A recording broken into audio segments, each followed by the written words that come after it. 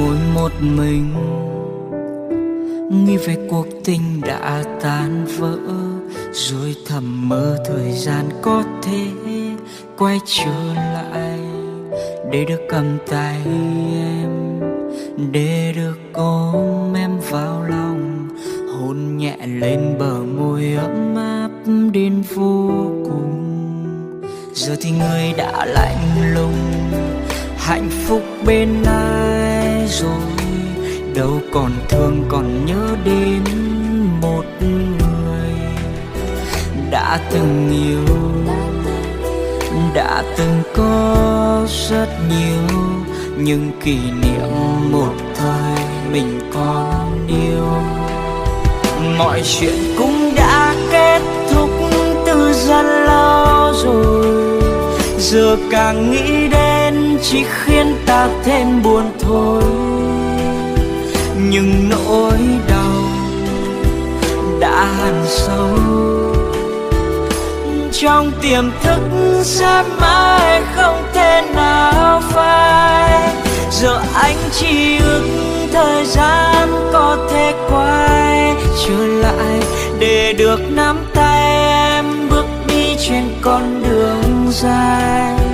Dù anh biết chặng đường còn nhiều chông gai, nhưng trong tim anh em mãi luôn tồn tại.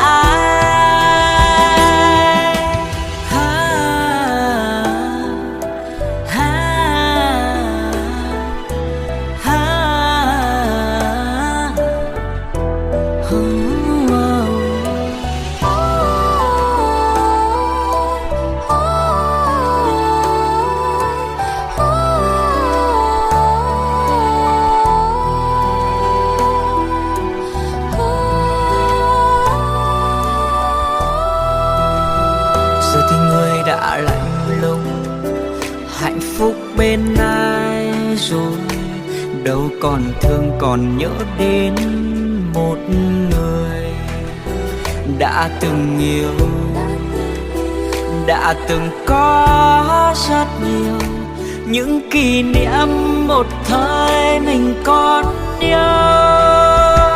Mọi chuyện cũng đã kết thúc từ rất lâu rồi, giờ càng nghĩ đến chỉ khiến ta thêm buồn thôi. Nhưng nỗi đau đã hằn sâu trong tiềm thức, sẽ mãi không thể nào phai.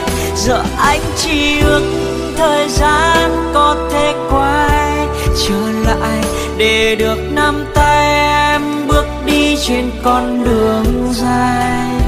Dù anh biết chặng đường còn nhiều chông gai, nhưng trong tim anh em mãi luôn tồn tại.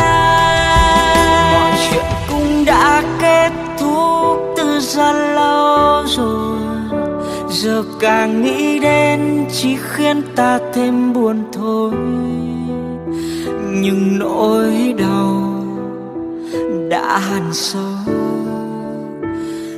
trong tiềm thức, sẽ mãi không phai.